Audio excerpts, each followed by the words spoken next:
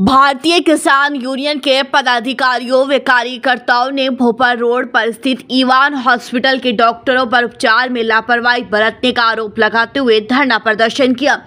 2 दिन पूर्व एक युवक को कुल्ले की हड्डी बदलवाने के लिए अस्पताल में भर्ती कराया गया था, जहां ऑपरेशन के बाद उसकी मौत हो गई थी। अधिकारियों के आश्वासन पर धरना 5 दिन के लिए स्थगित कर दिया गया। गांव बधाई कला निवासी भोला को 2 दिन पूर्व भोपाल रोड पर स्थित ईवान हॉस्पिटल में कुल्ले की हड्डी बदलवाने के लिए भर्ती कराया गया था। आरोप है कि ऑपरेशन के बाद वे लगातार दर्द से कराहता रहा, लेकिन डॉक्टरों ने उसके उपचार में लापरवाही बरती। रात्रि में ही उपचार के दौरान उसकी मौत हो गई। गुरुवार को परिजनों ने उसका अंतिम संस्कार कर दिया। शुक्रवार को परिवार के लोग भाकियों के पदाधिकारी व कार्यकर्ताओं के साथ ईवान हॉस्पिटल पर पहुंचे और आरोप लगाते हुए धरने पर बैठ गए। आरोप था कि आयुष्मान कार्ड से 1,11,000 रुपये लिए गए, जबकि परिवार से 70,000 रुपये नकद लिए गए। धरने की जानकारी पर शाम के समय सीओ मंडी राजू कुमार साहू, सिटी मजिस्ट्रेट पंकज प्रकाश राठौर मौके पर पहुंची। वार्ता होने के बाद मांगे पूरी होने तक के लिए 5 दिन का समय मांगा गया। ये आज भोपाल रोड स्थित ईवान हॉस्पिटल में भारतीय किसान यूनियन द्वारा धरना चल रहा है।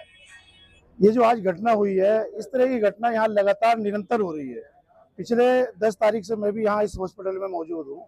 इनका क्या काम है कि जो लोग आते हैं इमरजेंसी में उन्हें भर्ती करते हैं और फिर उनसे कैश उगाई होती है। हालांकि उन लोगों के पास में आयुष्मान कार्ड होता है, लेकिन आयुष्मान कार्ड से लेने के बावजूद उसका जो पैसा है ये नगद कैश में भी पैसा हटते हैं उससे, और इस तरह की घटनाएं जो है निरंतर हो रही है। नंबर 2 क्या हो रहा है कि यहाँ पे इन्होंने अपना मेडिकल खोल रखा है। अंदर जो इंजेक्शन बाहर 120 रुपए का मिलता है, वो इंजेक्शन यहाँ पे 550 रुपए का है। जो दवाई बाहर में 300 रुपए की मिलती है, वो दवाई यहाँ पे 3,000 की है। इसका मेरे पास में लिखित में सबूत है। यहाँ के मेडिकल की स्लिप भी मेरे पास में है और बाहर के मेडिकल की स्लिप भी मेरे पास में है, जो लगातार ये मरीजों के साथ में अवैध वसूली का काम कर रहे हैं। और इस तरह की घटनाएं जो जिस भाई के साथ में हुई है और निरंतर हो रही है, तो हम तो यही चाहते हैं कि जिस तरह की घटना इनके साथ में घटी है, उस तरह की घटना और किसी लोगों के साथ में ना घटे, और शासन प्रशासन अस्पताल के विरुद्ध कड़ी से कड़ी कार्रवाई करे, नियमानुसार कार्रवाई करे। ये प्रचार प्रसार ये करते हैं कि आयुष्मान कार्ड लेके आओ, फ्री में इलाज होगा, लेकिन फ्री में इलाज ना करते हुए अवैध वसूली का कार्य ये हॉस्पिटल कर रहा है। और यहाँ मामला एक बधाई कला गांव से एक लड़का एडमिट था, उसका कुल्ले में कुछ दिक्कत थी, कुल्ला बदलवाना था, तो उसका इन्होंने कुल्ला बदल दिया। कुल्ला बदल के उसे कोई दिक्कत हुई, वो बेचारा चिल्लाया बहुत कई घंटे तक, पर उसे उपचार नहीं मिला। उपचार के अभाव में, इलाज के अभाव में उसकी डेथ होगी। डेथ होने पर वो पता चला, मामला आया कि उन पर आयुष्मान कार्ड भी था और उनसे 70,000 रुपये नगद लिए। आयुष्मान कार्ड से भी 1,13,000 रुपये लिए। और जब लड़का इलाज के अभाव में वो यहाँ चिल्ला रहा था, तो उसके पास कोई डॉक्टर नहीं पहुंचा। परिजन भी उनके बहुत फिरे, भाई डॉक्टर साहब को बुलवा दो, दिखवा दो, पर किसी ने कोई देखने की जरूरत समझी नहीं। तो खुली लूट मचा रखी।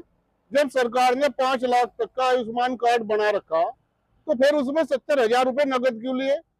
और जब 70,000 रुपये नगद लिए, तो 1,13,000 इसमें से क्यों लिए? अब तो यही जहाँ उसके बच्चे हैं छोटे छोटे, इसके खिलाफ डॉक्टर के खिलाफ मुकदमा लिखा है। एक इसके जिसने वो काम कराई डॉक्टर के खिलाफ हत्या का मुकदमा हो।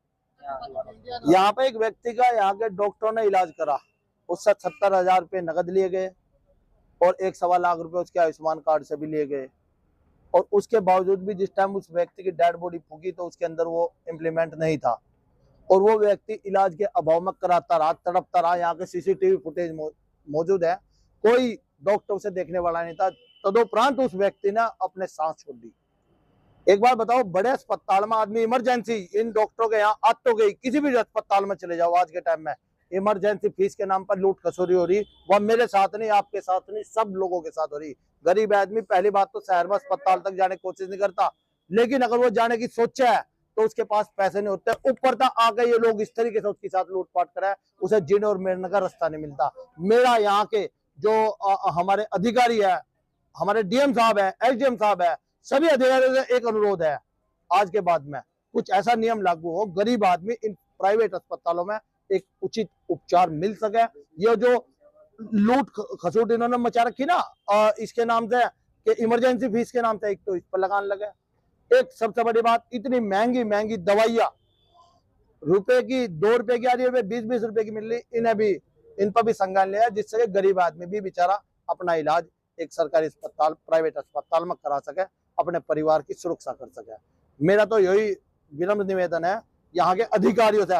और रही इस डॉक्टर की बात, इसके खिलाफ 302 का मुकदमा होना चाहिए।